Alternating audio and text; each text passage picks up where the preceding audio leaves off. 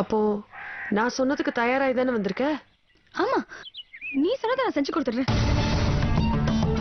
அதே மாதிரி நான் கேட்ட மாதிரி நாகரீகமா வார்த்தை மாறாம நடந்துக்கணும். ஸ்வேதா, இங்க என்ன நடக்குது? நீங்க ரெண்டு பேரும் என்ன பேசிட்டு இருக்கீங்க? எனக்கு ஒண்ணும் புரியல. பேசாதீங்க, இங்க வாங்க.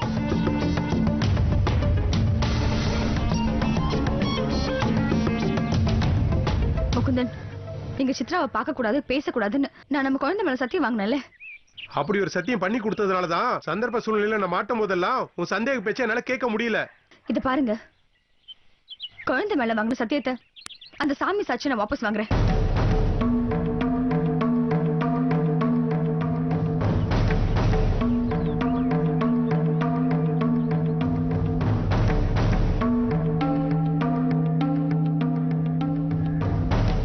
அங்க என்ன பாக்குறீங்க? சாமி சாட்சியா என் கையை தொட்டுடுங்க.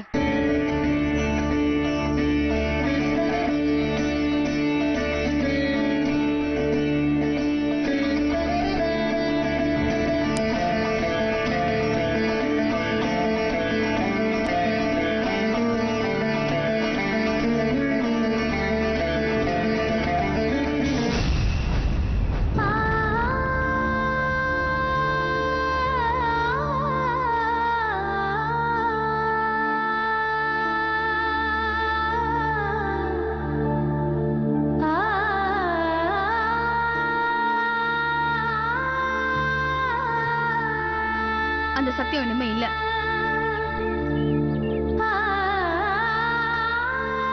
சித்ரா, உன்கிட்ட சொன்ன மாதிரி நான் சத்தியத்தை வாபஸ் வாங்கிட்டேன். இப்போ உனக்கு சந்தோஷம் தானே? ரொம்ப சந்தோஷம். உங்க ரெண்டு பேரோட போராட்டத்துல குழந்தைய பகடக்காயா ஆக்காத. இதுக்கப்புறம் குழந்தை உயிருக்கு எந்த ஆபத்தும் இல்ல. இப்பதான் நிம்மதியா இருக்கு. ஸ்வேதா, என்னதெல்லாம்? யார் உன்னை இப்படி எல்லாம் பண்ண சொன்னது? எதுக்காக என் டைமை வேஸ்ட் பண்ற? சும்மா இருங்க. சித்ரா தான் நான் முகுந்தனுக்கு விவாகரத்து தரணும், நான் அவரை விட்டு பிரிஞ்சு போகணும்னு சொன்னா. குழந்தை மேல நான் வாங்கின சத்தியத்தை வாபஸ் வாங்கணும்னு சொன்னா. இப்ப நான் வாபஸ் வாங்கிட்டேன். நாளைக்கு கோர்ட்ல சித்ராவே டைவர்ஸ்க்கு சம்மதம் சொல்லிடுவா.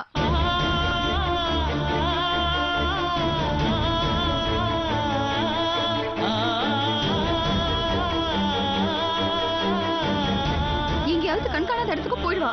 அதுக்கப்புறம் நான் ஆசைப்பட்ட மாதிரி நீங்க நான் நம்ம குழந்தை சந்தோஷமா வாழலாங்க. சரிதானே சித்ரா? இல்ல, தப்பு. நீ சொல்றது ரொம்ப தப்பு.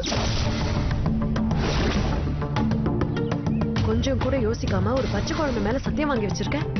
அந்த குழந்தைக்கு எந்த ஆபத்தும் வந்துடக்கூடாதுங்கிறதுக்காக தான் நான் சத்தியத்தை வாபஸ் வாங்க சொன்னேன். அப்படின்னா உனக்கும் எனக்கும் இருக்கிற பிரச்சனையில குழந்தைய பலிகடா ஆக்காதான்னு அர்த்தம். ஏய், நான் சத்தியத்தை வாபஸ் வாங்கிட்டேன். அது முடிஞ்சு போச்சு. இப்ப விவாகரத்து விஷயத்துக்கு வா. தேவையில்லாததுல பேசிட்டு இருக்காத. என்ன மன்னிச்சுடு ஸ்வேதா. மன்னிச்சுடுனா என்னால என்னைக்கும் இவருக்கு விவாகரத்து கொடுக்க முடியாதுன்னு அர்த்தம். ஏய் சித்ரா, ஏய் எதுக்கு கத்துற? நான் என்ன முறையே இல்லாம இவரை கல்யாணம் பண்ணிட்டு இருந்தேன்? இல்ல நீயும் அவரும் கல்யாணம் பண்ணிட்டு சந்தோஷமா வாழ்ந்துட்டு இருக்கும் போது நான் எனக்கு சோத்துக்கே வழி இல்ல, இல்ல ஆதரவு ஆள் இல்லன்னு உன் புருஷனை வந்து பறிச்சேனா? நான் எல்லாம் முறையோட தான் வந்திருக்கேன். ரொம்ப சுலபமா என்ன விவாகரத்து பண்ணிட்டு கண்காணாத இடத்துக்கு வேற போக சொல்றியா?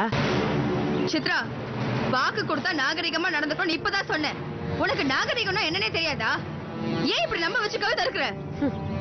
ஸ்வேதா, நாகரிகங்கிறது இடத்துக்கு இடம் காலத்துக்கு காலம் மாறிட்டே தான் இருக்கும். நானும் அதுக்கேத்த மாதிரி என்ன மாத்திக்கிட்டேன். புரியல? நீ ரொம்ப சாமர்த்தியமா என்ன ஒதுக்கிடணும்னு நினைச்ச.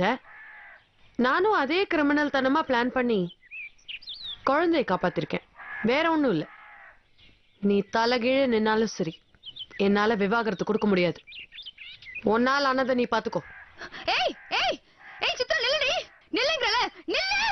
மரியாதை என் புருஷனை வெட்டி கொடுத்துரு. அப்புறம் நான் மனுஷியாவே இருக்க மாட்டேன். நீ நான் அவனை சும்மா விட மாட்டேன். நான் அவனை சும்மாவே விட மாட்டேன். யார் சொன்னாலும் இவனை நான் உன்கிட்ட விட்டு கொடுக்க மாட்டேன். ஏய் சித்ரா, ஜோகி நில்லுடி. நில்லுடி. தம்பி ஜோகி, அண்ணே இவனை நம்ம வச்சு காத்துறாங்க. இது கோவில். வா முதல்ல. முடியாது. என்னால உங்களை விட்டு கொடுக்க முடியாது. சொன்னா கேளு முதல்ல. வா ஸ்வேதா.